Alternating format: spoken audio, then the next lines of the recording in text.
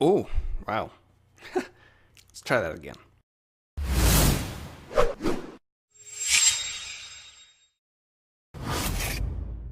Hey everyone, I'm certainly one to appreciate a black and white photo from time to time, but sometimes it just needs a splash of color. Let's go ahead and colorize a black and white photo in Photoshop. The process of turning a black and white photo into color can be a little bit tricky depending on the photo that you're working with. The adding color part is actually quite simple. The tricky part is the selection process. Without any color, the objects have a tendency to blend in with each other. This tutorial is meant to demonstrate the process of adding color to a black and white photo. While the image I chose to use is a fairly simple example, this method will work on most black and white photos. The photo that I'm going to be using I found over on Flickr using their Creative Commons search. If you want a link to the image, check out the post on iceflowstudios.com. Now the one thing I always do when I'm converting a black and white photo to color is to convert it to a CMYK image. This will give me a little bit more control over my colors, and I've found that I've gotten better results using a CMYK image. To do that, you want to head up to the image menu, down to mode, and then choose CMYK color. Now the fun begins. Your task at this point is to create a selection of a color that doesn't exist. Whether it's the sky, the grass, or a shirt, you need to use your imagination and knowledge of the world to determine which objects have color, where they start, and where they end. It can be a little bit tricky.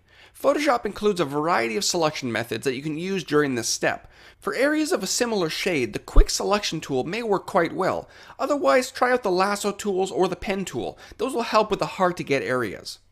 Using my quick selection tool, all I'm going to do is drag my mouse over top of the sky, which is nicely divided by the trees. This should give me a pretty nice selection. Once the initial selection has been made, it may be a good idea to refine its edges, especially if you're dealing with hair or trees. Under the select menu at the top, Photoshop's Refine Edge feature is fantastic for dealing with those rough edges, like trees and hair.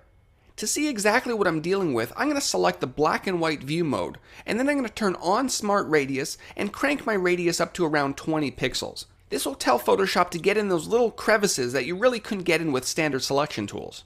Now when you accept your new selection, it's time to add color. We're going to be using a curves adjustment layer, as it allows us to individually edit each channel, and by using an adjustment layer, we're able to edit the adjustment at a later time if needed. In your Layers panel, click on the adjustment layer icon at the bottom and then select Curves.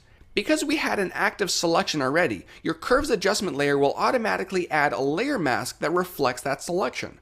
Your Properties panel above or your Adjustments panel in earlier versions of Photoshop will update to show the Curves adjustment, where you can choose any of the channels to edit. Each object in your image will require a different combination of curve adjustments. For example, if I wanted a nice blue sky, I would probably start in my cyan channel and drag the curve up and to the left just a little bit. And then I would hop into my yellow channel and drag the curve down and to the right quite a bit more.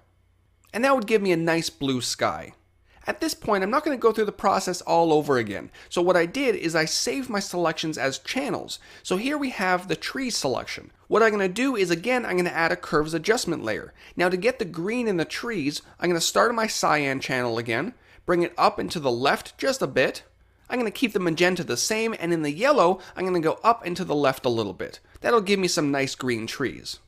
And finally, let me load in my field selection, and let's add one more curves adjustment layer. For this one, in cyan, I'm going to drag it down to the right a little bit. Magenta is going to be a little bit up. And then yellow, I'm going to drag it up as well.